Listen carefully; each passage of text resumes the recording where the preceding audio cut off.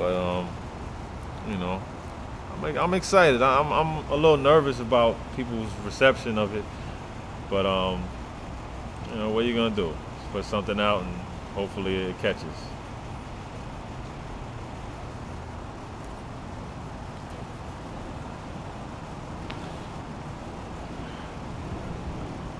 Yeah. Well, the main difference is the music. Like with the mixtapes, um, I was just getting beats from producers I never met. Some of them I met before, and I was knocking out like 5, 6, 7 songs in one session.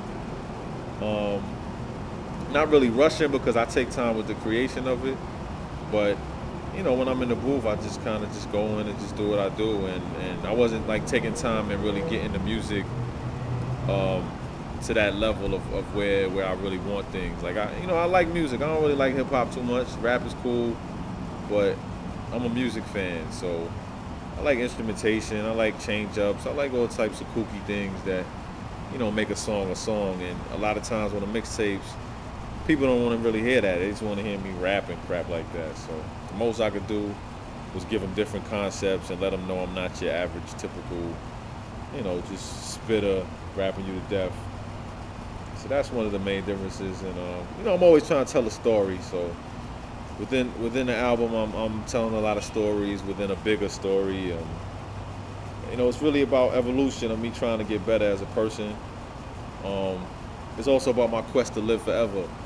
Cause I get so paranoid. Like that's the only reason I really rap. Cause I'm scared of dying, man. So I'll be like trying to live forever through this music stuff.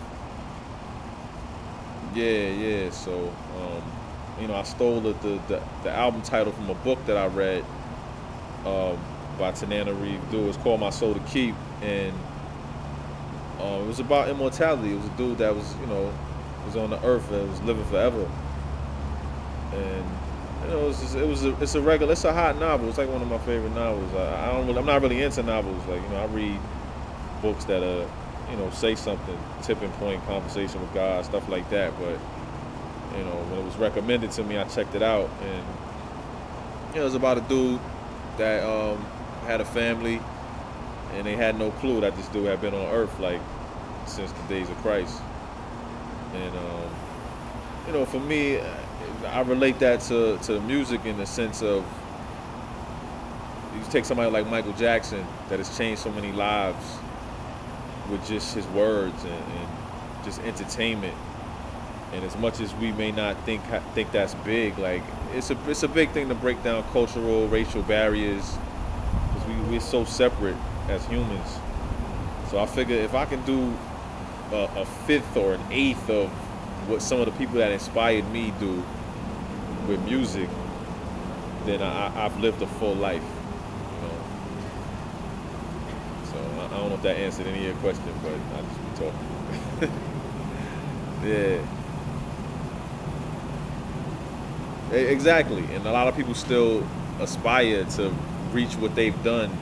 And these guys were like 25, 26 years old. You know what I mean? Like they hadn't even really lived, but they had done so much and reached so many people.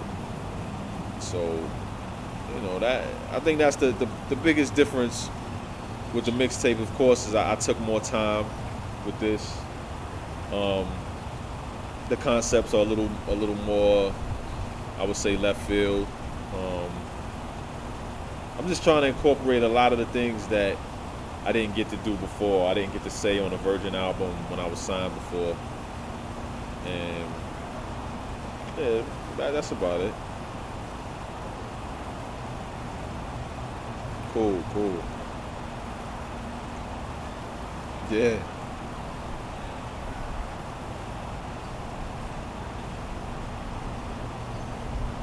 yeah. That's the magic question, man. I think I think when you talk about marketing, you talk about money, man. Because I could come up with 80 million marketing strategies, but it's hard to implement them, without dollars behind them. Um, so I don't know what I'll do differently because I'm not a I'm not one of these guys you could put into a box so easily, and I think that's been my gift and curse. I think a lot of artists that people gravitate towards, they can put them in the hipster category or the hardcore category or the hustler category. Um, and I think that's it's easy that you know when you're putting this dude on is that you know what you're getting. I think with me, the only category I can think of that people have put me in is lyricist, and that can go so many different ways. But with me being a human, I it's tough to market that. You know, it's tough to sit here and tell you that there's a package that I can sell with the music. You know, that I always thought that was the company's job. Like the artist just be the artist, and whatever the label is that signs them, you know, they wreck their brains and they sit in the board meetings and come up with it. You know, that's one theory. Another theory is that as you live your life and do what you do, people kind of see who you are, and they, you know, they pick up on certain things you do, things you wear, things you say, how you act. I just feel like everything I've done hasn't really been broadcasted. Like it's just been on a certain level where, you know, the game is so saturated, it's tough for the fans to pick out, you know, what's good and what's just in their face. And I almost feel bad sending out numerous email blasts about a mixtape coming out or the album's coming out, because I'm like, I know you're bombarded with 80,000 people that just started rapping 2 weeks ago, and you don't know who's good and who hasn't. You know, I've been doing this since I was a kid, and when I was a kid, it wasn't a lot of people rapping, you know. And in my warped mind, I'm still going off of that. Like, I'm better than a lot of people, so that matters. But as you and I both know, or else you wouldn't ask me that question, like, how the hell are you gonna market this crap? Like, I could be sitting on the most classic album ever, but if nobody knows or if nobody's paying attention, like, it means nothing. So I don't have answers for your question, but I can tell you this. I wrote that commercial about 3-4 months ago. Actually, I was in Atlanta sitting in a party when I wrote, you know, that audio, and I recorded it. And I was just thinking of marketing without marketing. Like, you don't know me. You don't know my story. I don't want to become your favorite rapper overnight. But I do have things that I'm going through in my life that you may identify with. So you're talking about the average everyday person that may have gone through some things, you know, good, bad, whatever, but they get to hear them in a song, or get to hear them on record, or get to hear some music that you feel, and you not only, you know, everything you can't play in a club, everything is not gonna want to make you go spend money on bottles. You know, sometimes you just want to hear something that you just groove out to, that you can feel, and to me, that's what I like. So I figured, why not give them an album of that?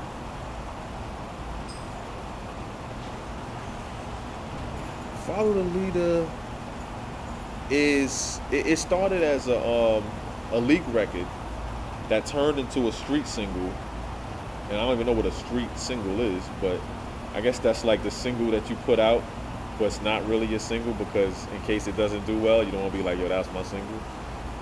But I can tell you when Jay first dropped DOA, it was so much buzz about the record, and people was hitting me. I was actually down here, and I got the record like 8 times from people, you know, emailing and talking about it. You know, it's talking about to shut the city down. And a lot of people was like, yo, you should do a freestyle to the same beat. And I'm like, nah, I don't, everybody's gonna do that. I don't wanna do that. And my man Will was like, yo, you should do a record talking about it, because you've already touched on this same topic before, but nobody heard it. And now Jay killed auto-tunes, and it's like, you know, what are you gonna do? I'm like, all right, you know, I'll think of something. So he sent me a couple beats, and I came with Follow the Leader. You know, I was inspired by that song. So being that I originally started with K. Slay and Peter Rosenberg's name in it, listening to it over and over, I was like, this puts me in a mood. It felt bigger than what I had intended before I even, you know, sent it to anybody. So once I sent it out and DJ started playing it, and DJ Self, who I actually shouted out in the record, who had never played my song before, played it, and Green Lanterns hitting me like, yo, I heard the record. Like, you know, all of a sudden we got 40 spins in a week. You know, things like that is organic. You can't really plan that. You know what I mean? So all of a sudden, the Koch, E1 people, whatever, catch wind of it, and they're tracking the spins, and now you have street single, you know. and the producer didn't even know we were doing the record. So